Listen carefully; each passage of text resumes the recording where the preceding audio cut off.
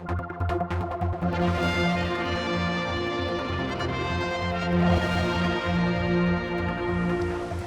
on the riverbank down by the nunnery to find out what's causing concern over pollution. Water pollution levels are on the increase, and I'm with Environment Minister Phil Gawne. What's causing the problem? Well, I think there's a range of different things.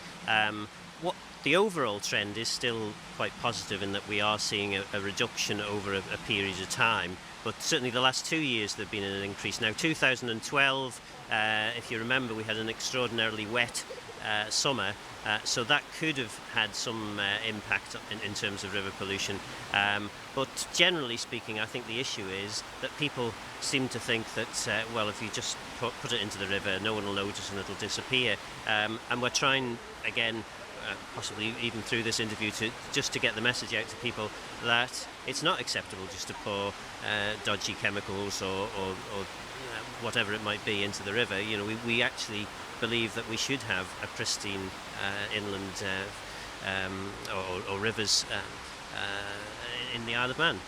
So this is something that's happening, that local firms are actually causing the problem here, and I believe there have been some prosecutions over the last couple of years. Yes, absolutely. We have had to prosecute people, and I say had to because ideally we don't want to prosecute anyone. We want to work with people. We accept that mistakes can be made, and we don't actually want to prosecute, but if it comes to it we will prosecute people.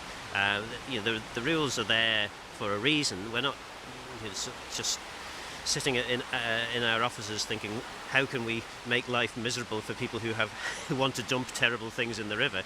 You know, we're doing this because it is right to try and keep the rivers clean and keep as pristine an environment as we can. We've got a lot of interest from anglers in terms of the fish that they can catch from the rivers. There's actually quite a lot of interest from people off the island as well, wanting to come over and fish more, because we have such a good network of rivers.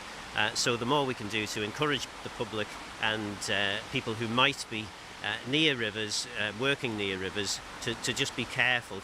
So other things, other than just pouring things into the river, would involve perhaps somebody going into a river with a digger, doing what they think are quite reasonable works to shore up a bank or something. But actually, if they do it at the wrong time, they can cause a lot of silt to go into the river and cause serious damage to spawning fish, for example.